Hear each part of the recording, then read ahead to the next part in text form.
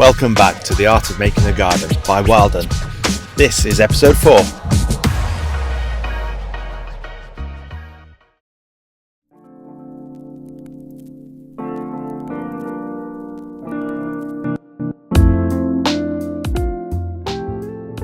We're back on site at Farrow's Garden and it's a really exciting time in the build. There's lots of progress with finishes being installed and we get to meet Farrow's husband Jad and get his opinion on the construction as well. So come on in and we'll show you around.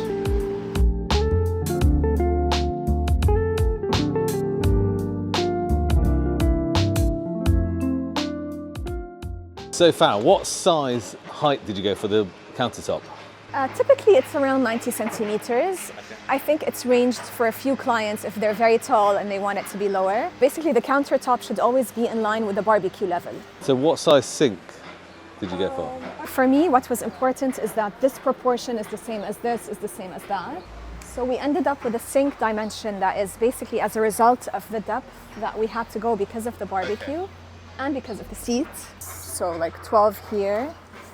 And then another 12 here, so we ended up with an opening of 45. Okay. And you mentioned about the bench. So what is the typical height for the bench to sit down? Sitting is around 45 centimeters. Yeah. I noticed as well you've done a shadow gap, what I love. So tell me what the dimensions you've done for the shadow gap.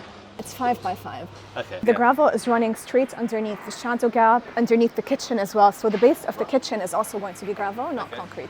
So typical seat height is about 45 centimeters, and this is what you need to sit comfortably upright. Generally, that's the seat of a dining table. The width of the seat is ideally at least comfortably 50 centimeters. We did this one bigger because you need to accommodate for the backrest. So we wanted to ask you a bit about the kitchen because it's a really unusual finish. Can you tell us what is in this mix and how have you created this finish? Actually, we are mixing the white sand with the white cement. Then we are doing like plaster. And do you apply this in one coat or two coats?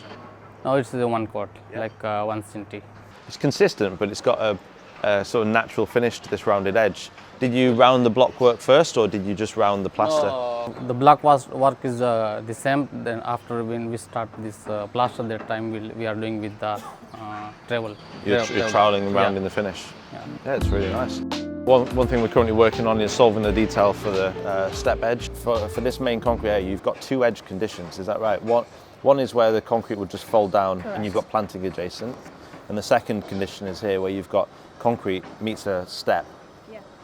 And there is where you want a vertical timber riser. Correct. For material contrast, which will look really nice. But what we need to solve is how that concrete and this timber interact, is that right? Exactly. That's your base concrete here? That's your base concrete. And then this is the finish, which is 2 centimeters. And then this is your wood, which is 5 centimeters by whatever, by the height. So I still need to figure out this detail. Yeah, I think this is the easiest solution. And you might even be able to fix the timber first and use that as the shutter. You could pour this concrete up to here, so you can grind it so that the timber and the concrete will be flush and perfect. It's in these final stages of construction where the design really comes to life, and what we're seeing here is the importance of getting the details really right. So the coordination and communication between the designers, the suppliers and contractors is absolutely paramount, and making sure we have details drawn and understood before they're built.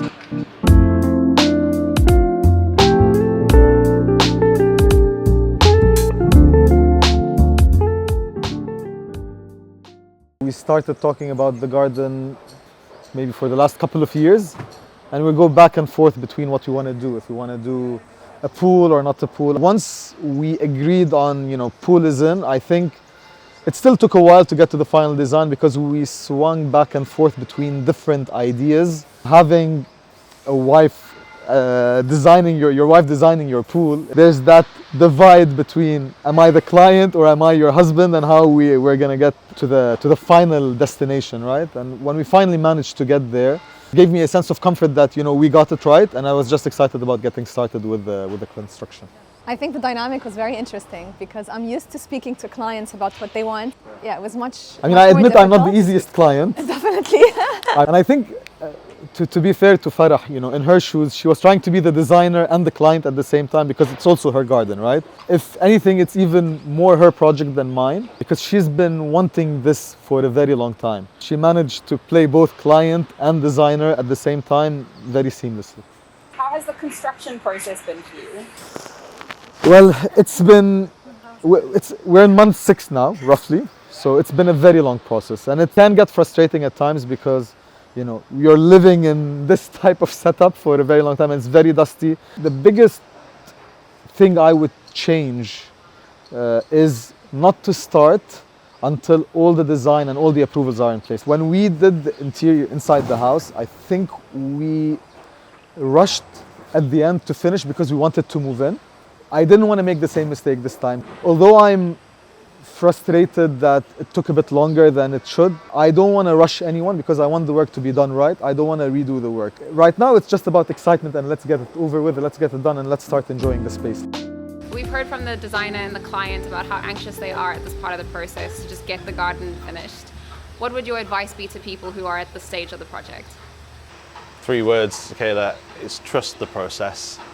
This is a really critical time, and I think what we're seeing here and in many projects is you go through a lengthy process and frustrations sometimes emerge and people are really anxious to get things finished. All credit to Farah and the team. They are testing new ideas as we go through. New materials, new details, and new concepts.